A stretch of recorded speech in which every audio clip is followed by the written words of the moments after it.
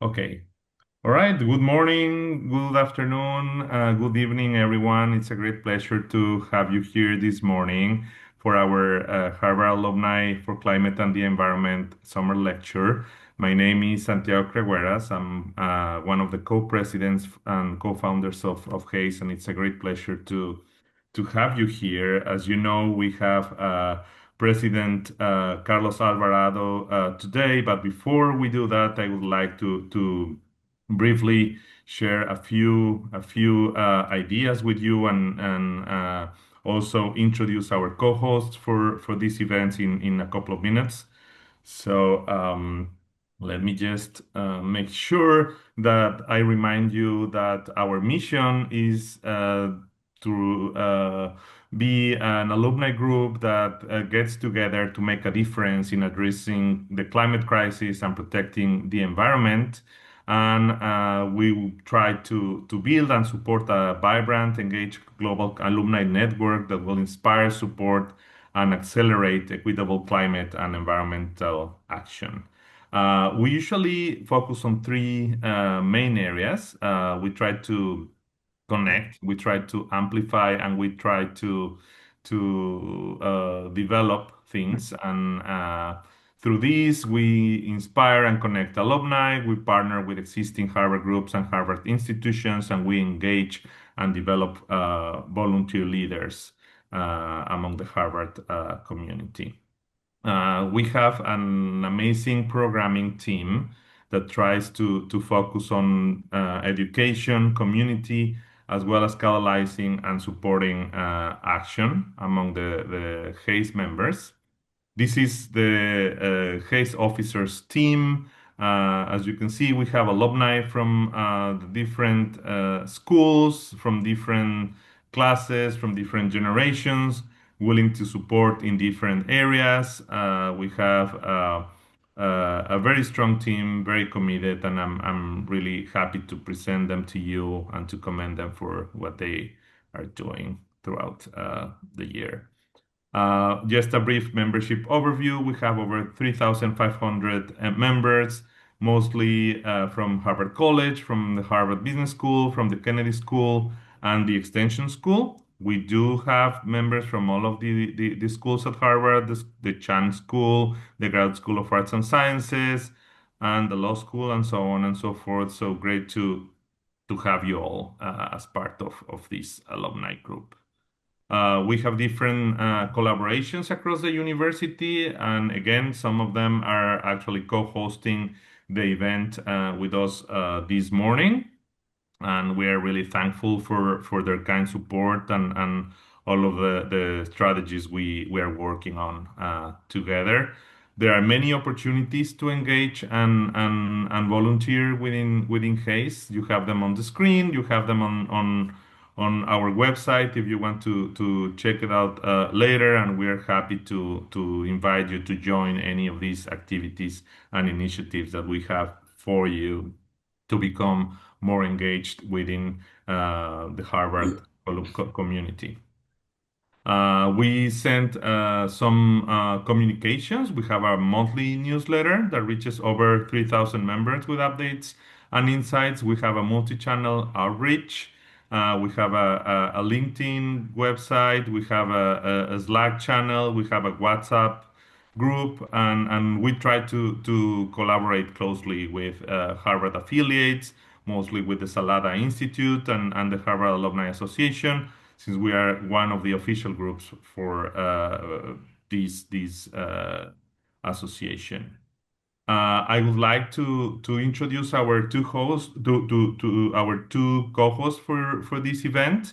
The Salada Institute for Climate and Sustainability at Harvard University and the Harvard Latino Alumni Alliance. They are our partners in crime for this event. And on behalf of the Salada Institute, I would like to welcome Professor Peter Tufano, who is in charge of alumni relations and very well respected Harvard alumnus and professor who will be sharing a few remarks. Thank you, Santiago, and welcome to all, whether it's morning, afternoon, or evening. So, you may not know about the Salada Institute. We're a baby in the grand scheme of Harvard. We were founded a little bit less than 3 years ago. We're a university wide initiative that sits above all the 10 schools of Harvard. And we have a mission statement that is quite simple to develop and advance durable, effective, equitable solutions to the climate change challenges confronting humanity. Now, what happens in Cambridge, which is to say with faculty and students, is that we live largely in the world of ideas. How do we come up with new ideas, new research? How do we embed that into educational programs? But to the extent that we want to develop and advance solutions, then we need people who are more action oriented. And the biggest group that is action oriented in the Harvard community is obviously our alumni, 400,000 strong. And those alumni who have committed to work in the climate area and who are members of HACE or members of Class Acts or others are really incredible, kind of actors in moving forward these agendas to create durable, effective, and equitable solutions. So it's a big chunk of the work that we do is to work with, support, and partner with alumni organizations, but in particular HACE, because it is that we cannot do the work that we want to do and achieve our mission other than working with, for, and alongside of you all. And so, therefore, this event is one that I'm thrilled that we're partnering with you on. But it's not just about events. We want to come up with ways in order to kind of really move Harvard forward and move the world forward in this very trying time for Harvard. And I don't need to say more about that. One of the things that my colleagues and I at the Salada Institute are insistent upon is that while it may be the case that some might prefer that climate change not be discussed or not be acknowledged, the science is simply there, and we need to do something about it. We have to do that in a sensible fashion, but we are committed to making sure that our work is continues, and part of doing that work is to support what you do. So we're thrilled. I'm personally thrilled to join with Santiago and HACE for this event. Thank you, Santiago. Thank you, Peter. It's a great pleasure to have you here again, and thank you for all of the support that you and the rest of the team at the Salada Institute give us in order to strengthen our community. Now it's my pleasure to introduce my friend and president for Harvard Latino Alumni Alliance, Aldo Garcia. Yes, good afternoon, everyone. It is a true honor for the Harvard Latino Alumni Alliance to co-host this timely and important event with President Carlos Quesada. We're grateful to be in community today for a conversation that speaks to one of the greatest challenges of our time, climate change. My name is Aldo Martinez, as suggested, MBA, MPA, class of 2020, and I have the privilege of serving as the president of the Harvard Latino Alumni Alliance, serving roughly 18,000 alumni. I'm also building a financial practice at New York Life, where the key areas of focus is risk management and legacy planning. Climate change, as you know, is not only a defining issue of our time, but it is also an existential threat to humanity. And while it touches all of us, certain geographic regions, populations have already begun to feel its effects more severely than others. From wildfires in California, floods in Texas, to stronger hurricanes in Florida and the Caribbean, the toll is becoming increasingly visible. In my work at New York Life, I frequently hear firsthand how families are impacted by these disasters. Many are forced to move, to rebuild from scratch, or sadly lost loved ones. These stories are sobering reminders that the effect of climate change is both global and deeply personal. So today's conversation is timely and invites us all to learn from strategies and lessons shaped by real world leadership on the world stage. The more we understand, the better we're equipped to anticipate, adapt, and plan for the future. So thank you very much. It is an honor to be here, and I'm looking forward to an engaging conversation ahead. Welcome. Thank you so much, Aldo, and again, thank you for all of the support that you give to Harvard Alumni for Climate and the Environment as well. We are really happy to build these strategic alliances whenever we have these events and more. Now it's an honor for me to introduce Carlos Alvarado Quesada, who served as the 48th President of the Republic of Costa Rica from May 2018 to May 2022, when his constitutional limited term ended. Under President Alvarado's leadership, Costa Rica made significant contributions to global efforts to combat climate change and defended human rights, democracy, and multilateralism. President Alvarado is a recipient of the 2022 Planetary Leadership Award from the National Geographic Society for his outstanding commitment and actions toward protecting the ocean. In September 2019, he received the Champion of the Earth Award for Policy Leadership on behalf of his country, presented by the United Nations Environment Programme. In November 2019, he was named one of Time's 100 Next Emerging Leaders worldwide who are shaping the future and defining the next generation of leadership. President Alvarado's prior government leadership service includes a tenure as Minister of Labor and Social Security and as Minister of Human Development and Social Inclusion, and Executive President of the Joint Social Welfare Institute, responsible for implementing social protection and promoting poverty alleviation programs. Before entering politics, he worked for Procter & Gamble in Latin America. President Alvarado earned degrees at the University of Costa Rica and the University of Sussex. He's a professor of the practice of diplomacy at the Grad School of Global Affairs at Tufts University with a focus on small state diplomacy. Again, it's a great pleasure to welcome you, President Carlos Alvarado Quesada, and thank you so much for joining us this morning, afternoon, or evening, wherever you are. Thank you. Thank you very much, Santiago. Muchas gracias to my Latino brother, and thanks to all of you for being here, to Peter and to Aldo and to all this amazing community. I see it as a great opportunity. So usually for the past 3 years since I left office, at first I will talk, and I'm going to share my screen while I do this in first remarks. When I started to speak about my experience in government, I talked a lot about what we did as practices in several fields. But most recently, I've been revisiting my own practice, trying to learn what would I do different, what will I change, or to come up with, I don't know, call it lessons, learnings about that might be of help to others in their own journeys. Additionally to that, I am convinced recently that we need to reimagine lots of things of how things work. I think we are in a crisis of imagination. We need to rebuild institutions. We do not need to change some principles, I believe, but we need to make them, those institutions that withhold many principles need to be fit for purpose.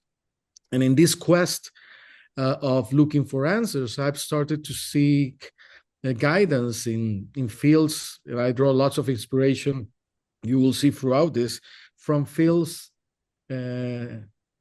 like philosophy, but also from quantum mechanics, to try to force myself to think differently about my own practice. So I hope this makes some sense along the way. I'll try not to make a very long presentation, but try to go to the synthesis of my points to then hopefully open a dialogue. And my aim is to trigger thought, reflection. Either you agree or not. I think either way, it might trigger thought, and I think that's my way to add value. So that if it triggers at least some takeaway or thought, I'll call that success. So going to that, I start with this, one of the sources of my inspiration to this reflection, which comes from a quantum physicist, David Bohm, who was one of the leading scholars in thinking about quantum mechanics. He also worked in Princeton with Einstein for some time, and then did his practice in Brazil, in Israel, and in the UK. And here he said, thought creates our world, and then says, I didn't do it. And I think that's one of the outcomes I want to share throughout my own practice. And I think this will make sense later on in the presentation. So one of the things we did back in 2019 was the Costa Rican decarbonization plan. So the Costa Rican decarbonization plan was the first national decarbonization plan of the planet after the Paris agreements. That is to say, we created the first national comprehensive plan throughout the economy and the society that, as the image in the middle, seek to disengage growth and well-being from emissions. That means we have an economy that kept growing, that kept delivering benefits for its society, but that growth was disengaged from carbon emissions. That was the key design objective of the plan. And from there, it tackled 10 axes of our productive and social life: transportation, commerce, agriculture, you name it, forestry, tourism. Every aspect of our life was touched by this decarbonization plan, crafted not only by the Ministry of Environment, but the whole Ministry of Finance, the Ministry of Planning, Agriculture, Industry, every part of the public life, and engaging the private sector and social society, civil society, to come up with this plan to basically transform our economy. It's a very ambitious plan. It was the first, so it was the, let's say, in many cases, the blueprint, or set the benchmark, not only in the discussion of NDCs, but to demonstrate how through this process, it was not ethically good, because as Peter mentioned, the science is clear of what will happen to this and to the next generation if we don't act, but also demonstrated that you can do this in a way that it's not only good for the people and the environment, but for the economy. An eventual study from Rand Foundation and other academic institutions around the plan determined that it yielded a $51 billion net utility for Costa Rica. So one thing that we already somehow know, but back then was still very much debated, is that it is not only good for environment, it's good for business, it's good for growth. And I think that many, after those years, have understood that, and they are actually pushing for not only transforming, but leading into the renewables. So let's say that's the positive, but let's go to, I want to plant an idea of what I will do different. And I'll go to something very concrete, which is the name, decarbonization. We were talking about a decarbonization plan as a main concept. We were very fixed about it. We were talking about the problem. Carbon in the atmosphere, our emissions, was the main problem. So our focus, our thought, our reality was set there. And I think that was a mistake. And I'll try to come back to this. So yes, the decarbonization plan had great things. It was the first in the world. You can see there the images on the screen where my wife, myself, and Cristiana Figueres, who was the Costa Rican but diplomat, the head of the of the convention during the Paris Agreement, while we launched it. So it was the first, but I think now I do things differently, and I'll come back to that. But let me put another example, not from the climate world, but related to things, recent events. So this is related to the pandemic. I was a pandemic president. I was in office, and in the middle of my term, the pandemic hit. And the pandemic was really tough. As we all know, in the world, particularly in Latin America, most of the deaths of COVID occurred in Latin America. But in Costa Rica was a bit different. You can see this is study from the Professor David Bishai, who was in Johns Hopkins School of Public Health, and now it's in Hong Kong School of Public Health. He made this study on performance on COVID related to excess mortality. So using this excess mortality indicator to showcase who had performed, let's say, better or worse in that indicator of protected life. And in the best quintile of the planet from the data set he had, which is that one that's on the screen, Costa Rica appears on the best quintile of the planet, which was for many a surprise. If you see the peers on that quintile, you see Australia, you see Canada, you see Denmark, you see Jordan, Kuwait, You see either countries that are wealthy, very wealthy, or many are insular countries that for them was easier to isolate the entrance of COVID, especially after the alarms were set that it was a global pandemic. So what explained that a mid-income country in the middle of the Americas was among the best performers? And there are many responses to that. The universal healthcare since the 1940s, abolishment of the army to invest in education and in health in Costa Rica. I have to say, I had a really good team and science-driven, multifunctional team to tackle this pandemic. As you see from the screen, even though we were small and not a big country, we were the 7th country in the planet that acquired vaccines, and we vaccinated more than 80%, or 86% to be precise, of population within the months we got the vaccines to protect our communities. So that explains our performance. You can see there Doña Elizabeth, that elder lady. She was the first woman vaccinated in Costa Rica back in December of 2020. But if I look back, if you ask me, what will I have done different to this pandemic response? It's related to one of the main strategies: stay at home. And we took that for granted, and we use that as in our narrative and in a way to protect people. We say, you need to stay at home, especially at the beginning of the pandemic. We did not enforce a lockdown in Costa Rica. We kept mobility open, but we use other measures, particularly in public and private transportation, to reduce mobility of people and of the virus. But I want to challenge that was one of our main strategies and narratives: stay home, as looking back into something that we still consider a success, but what would I have done different? Because this is still a topic of debate in Costa Rica, and I believe in many other places.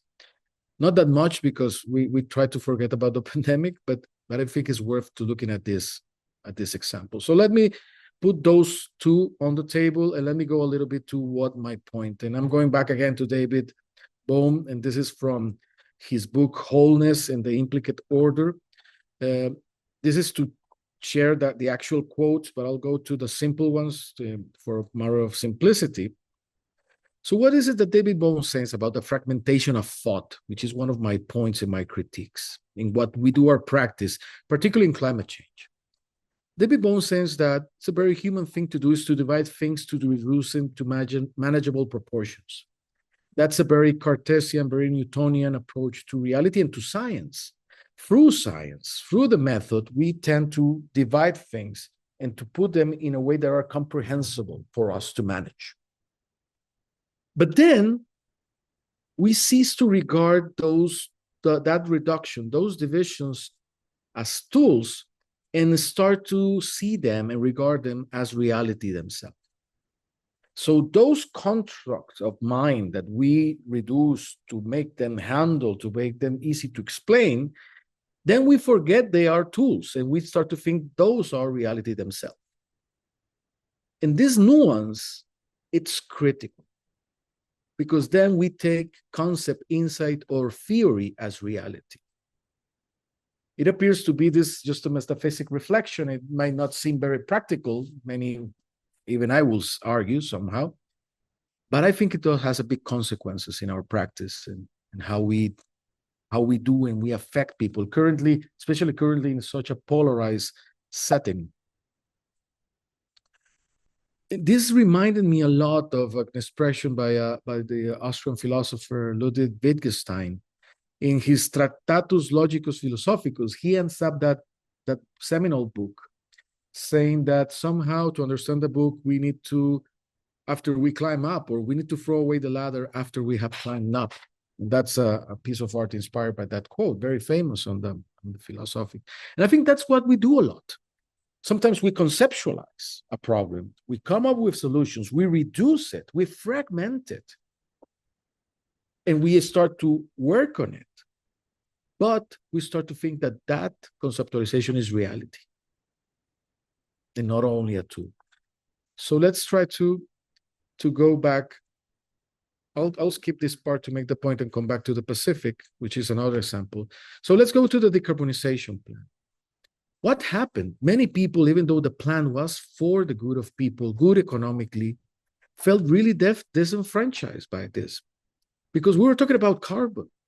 We were not talking about people.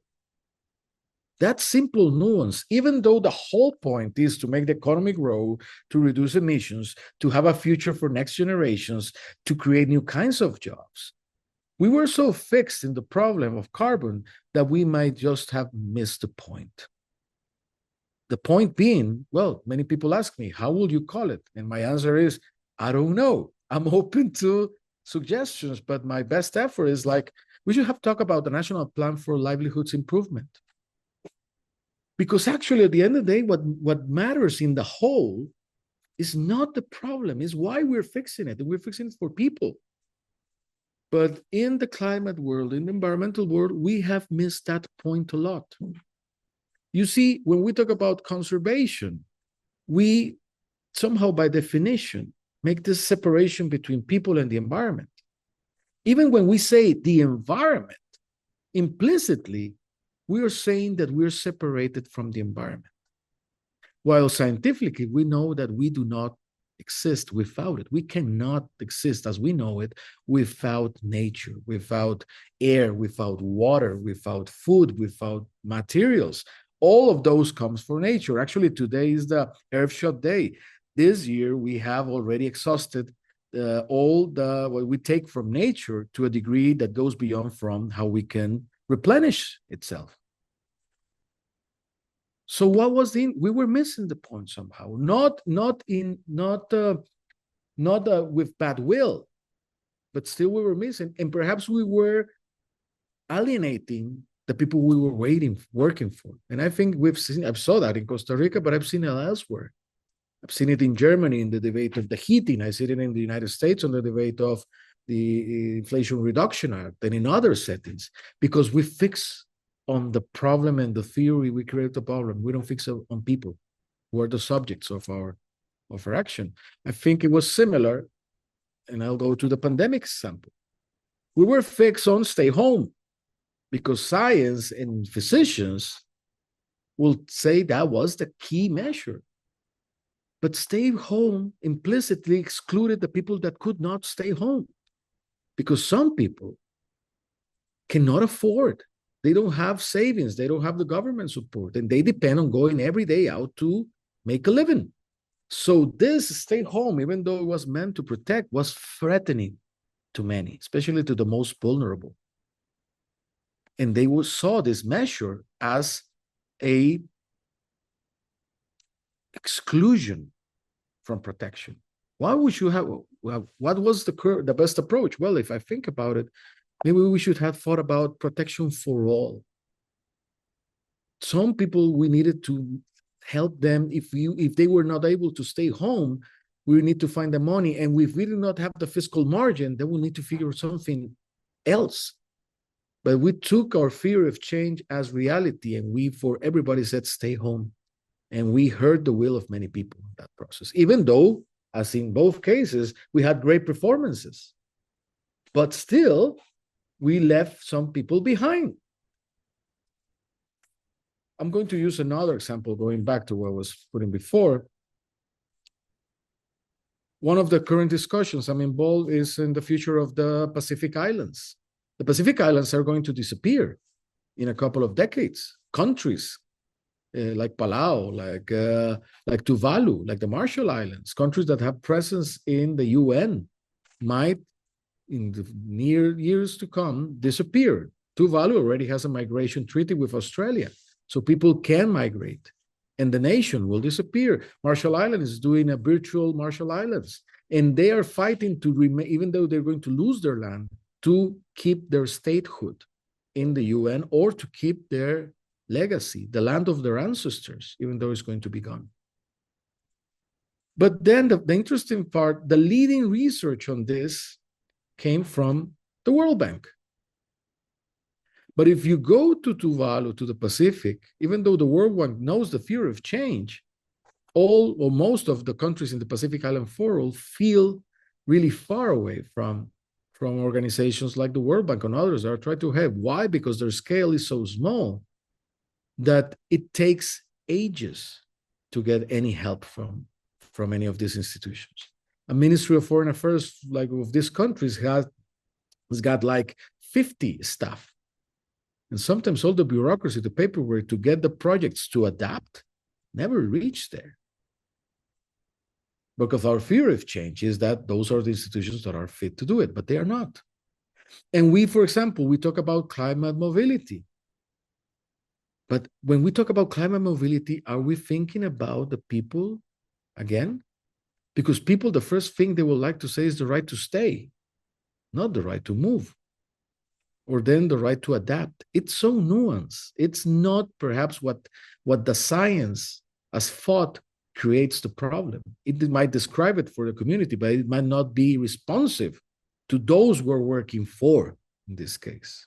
So that's another example of how thought matters, of how we frame this and how we sometimes deceive ourselves of what is the fear of change. And the problem is that when bureaucracies adopt this as reality, it's sacred word. If people know that when a bureaucracy, to change what a bureaucracy think is, it's really complicated. So I think this matters. I use these two quotes because I think they describe this phenomenon, this problem. There's one very common. We listen to it in business, we listen to it in science. If you cannot measure it, you cannot improve it. But also there's this one. When a measure becomes a target, it ceases to be a good measure. And I think sometimes that happens to us a lot. Are we working for the people, or for whom are we working? Are we working for the target? Are we working for the concept? Whose reality counts, like in this case of the Pacific Islands? So I think it's a good reminder. What will be the change of concept from climate mobility?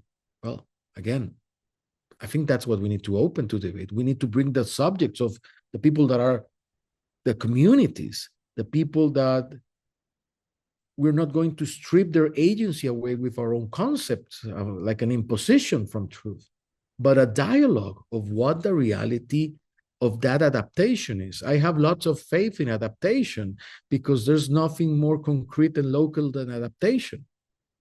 And adaptation needs agency, needs dialogue. Adaptations occur block by block, community by community. Each community, we cannot have an industrial solution one fits all across the planet. Everybody needs to exercise their agency to come with their best adaptive responses, true to their culture, true to the reality, true to their aspirations. So I think we need to keep the ladder.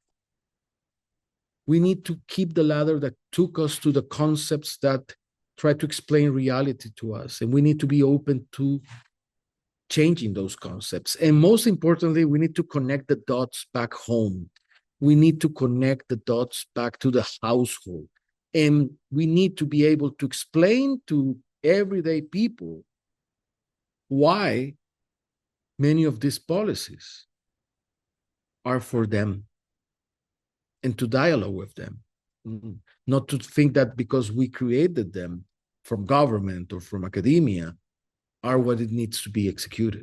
On the contrary, we need to make a dialogue of reality with those we want to serve. And I think that's one of the key learnings I take away from my time in office and my reflection afterwards. Even though somehow our examples call success, I now will be critical to some of these approaches. I think it could have been better. And with this, if this triggers inspiration to what you're doing in your own reality, I think either you agree or not, I think that will be a success of this effort of presentation. So I'll thank you all. That's Volcán Arenal in Costa Rica. You all invited to come here. Very sunny, but fresh. And thank you all for this invitation. Happy to move forward with a dialogue on these topics. Thanks so much, President Alvarado.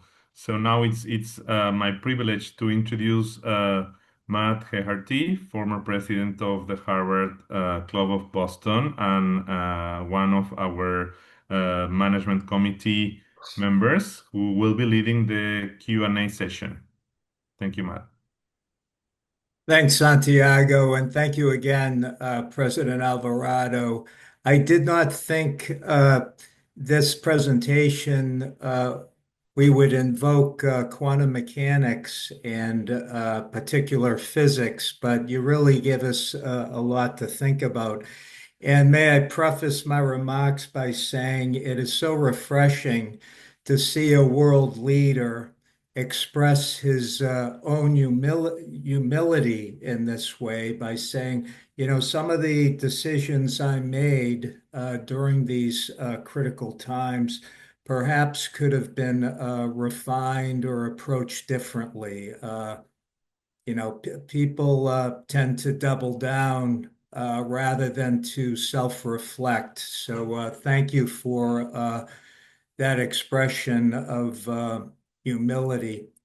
Let's begin with the questions. So Roger Shamal, who is a big alumni conservationist, very concerned with the climate. He asked this question, President Alvarado. In your opinion, how much does the climate stance of the U.S. government impact the global effort to address climate change?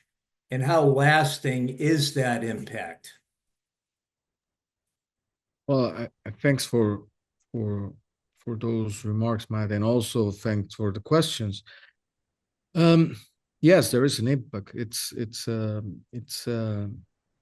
scale of both the political scale and the political and economic and ecological impact of the U.S. You cannot just disregard it.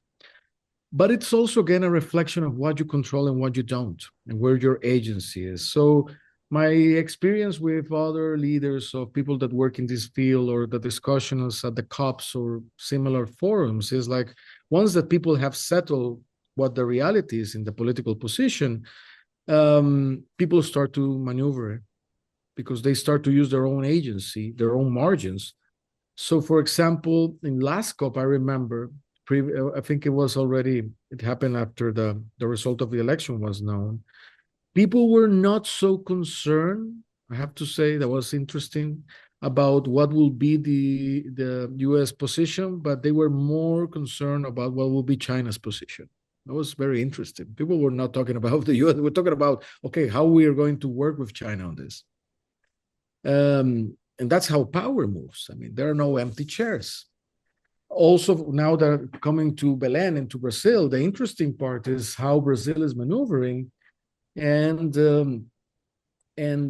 for example, I'm involved in one effort called the TFFF, the Tropical Forest Fund, which is a market mechanism to support forest and indigenous communities. Basically, you create a humongous fund that creates wealth with sustainable investments, and the wealth of that big fund goes to the communities, serves to pay back the investment of the initial investment, and then the fund goes eventually throughout time to an ownership of the countries with tropical forests. So it's a new scheme based on a market mechanism.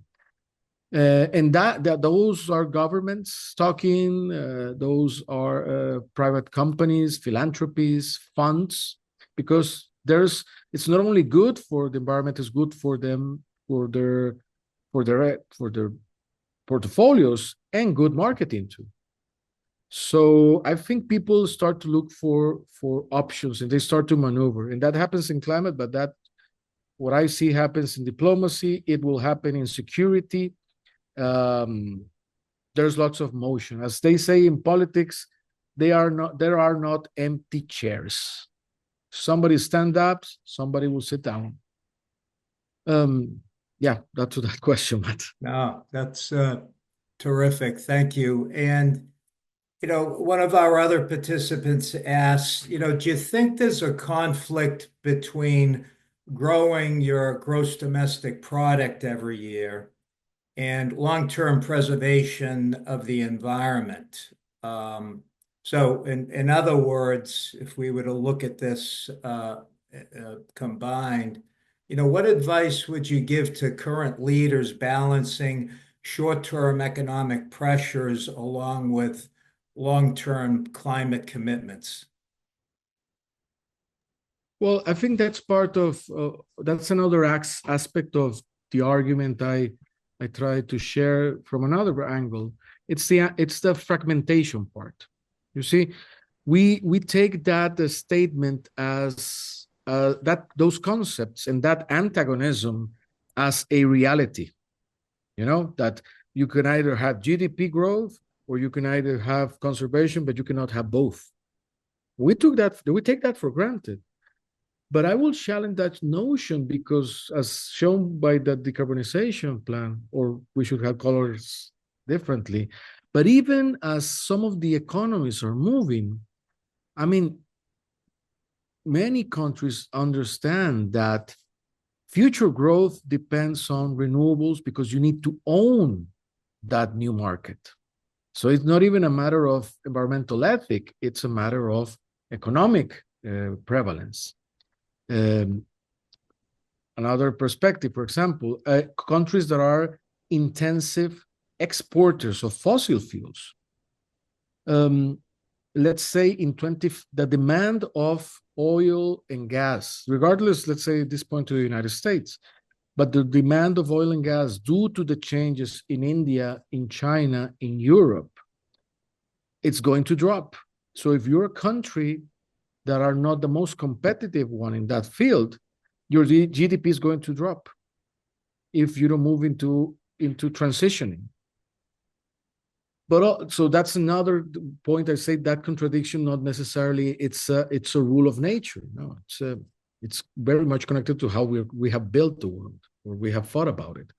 And there's also the traditions, for example, it has another underlying statement that there's a separation between us and the environment again. Many traditional communities will say the concept of it's inseparable from I am with the river, or I am with the land, because with the land, without the land, or without the river, I do not have a livelihood. You see, we do not carry those visions because we believe, again, a concept, that we can thrive without nature. But science also tells us that's not true. There's no humanity without nature. So you see, we make this fragmentation and we get into antagonism. Well, there are clues that say that, what if, let's go to quantum mechanics. In quantum mechanics, one of the things that puzzled scientists for decades was that, is it either a particle or a wave? The fascinating thing was that when they say, well, it's both. It's particle and wave behavior. And then eventually it collapsed and it's fixed. But if you fix it with an observation, you know where it is, but you don't know, you can know the place, but not the momentum, or the other way around. You see, but that's why I found useful quantum mechanics, because it's not, we say it's not intuitive. I wouldn't say intuitive. It's not connected to the way we used to think. We're used to think in a very mechanic way. So that's why I think we need to, in this crisis of imagination, we need to challenge those notions. And actually, by challenging them, we come with solutions both for GDP and long-term preservation. Obviously, that demands way more from us. Thank you. The next question is rather related, and they ask, why was Costa Rica able to focus on integrating the protection and restoration of nature and biodiversity more successfully in their national strategies around climate change and growth, referring to the GDP, relative to other global actions which are much less active and successful on this front? I think we might have lost President Alvarado. One moment. Okay, he says he will be reconnecting in 1 minute. He just texted me, so he should be back in a minute or so. So Charlotte asked the question about the Blue Zone Costa Rica longevity. Could you clarify in the chat, please, what you mean by that? Just so we can be more precise in the question for the president. So thank you, Charlotte.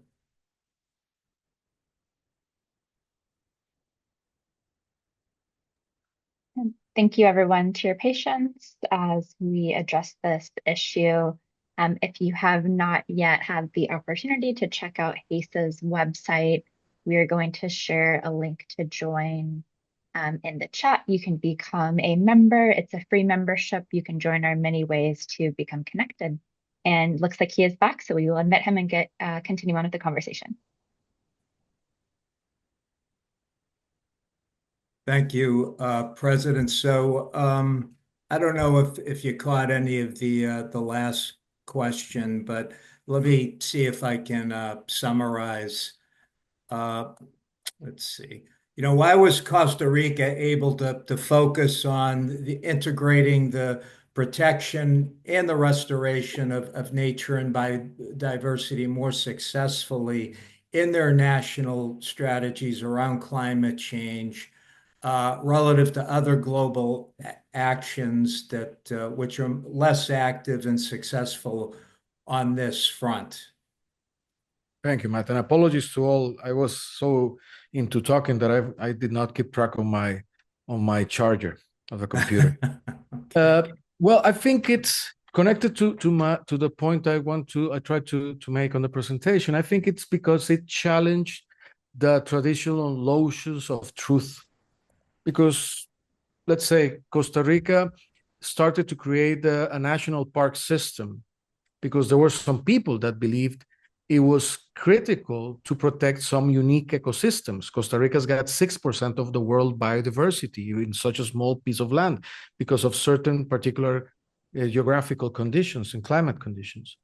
So when people start to say that back in the 50s, 60s, and 70s of last century, they had lots of pushback because you say, if you're going to create national parks, you're going to use land and we will not have production. You're going to destroy the economy because the model was expand the frontier to produce more output.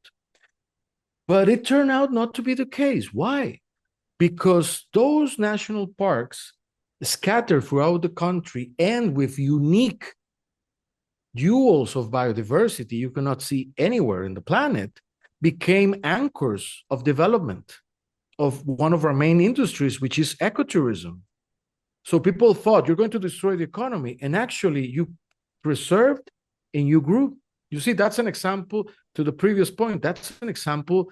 It's not an exclusion. It's not a dualism of antagonism. It can be a synergy, but then you need to think about the modeling and change it and challenge those notions. So I think that success make it easier to stop building. We made the first payment of environmental services scheme back in the 90s. So we paid private forest owners for preserving the forest. People said, you're crazy, you're selling air. Now it makes complete sense. And that created natural corridors, more tourism, more growth. So I think it's good to challenge. That's why those things we think are reality, maybe it's just concepts that can be changed. Excellent.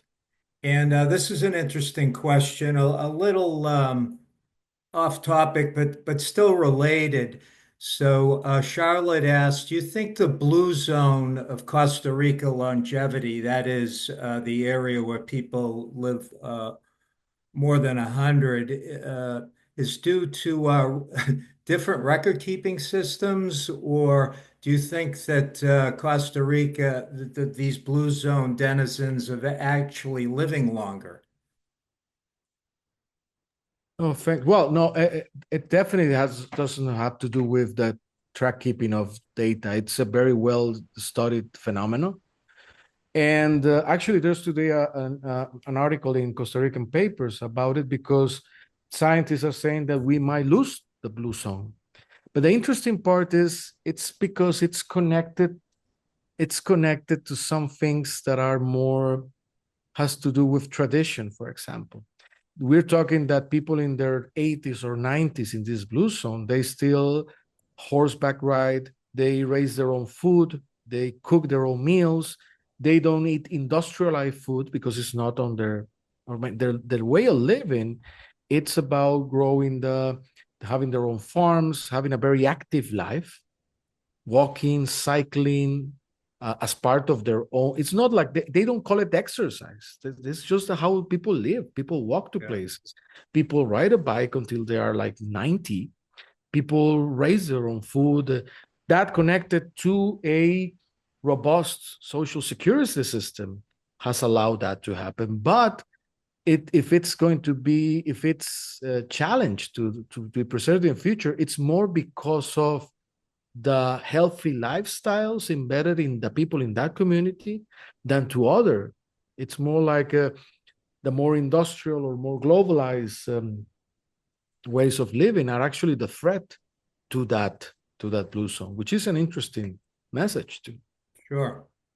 Well, back to decarbonization, and this participant asked, the standards to measure CO2 are rather confusing, and the US and the European Union have not come to an agreement.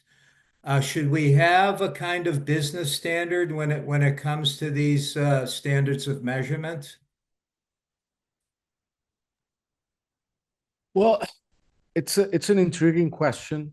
And I'm not expert on the techniques of measuring, I have to say, but my experience is that sometimes when we get in that specific part of the debate, it's very seldom that we find agreement. We get into these rabbit holes, and usually we see those in the negotiation or Article 6 for years and others, not finding common ground on many of those.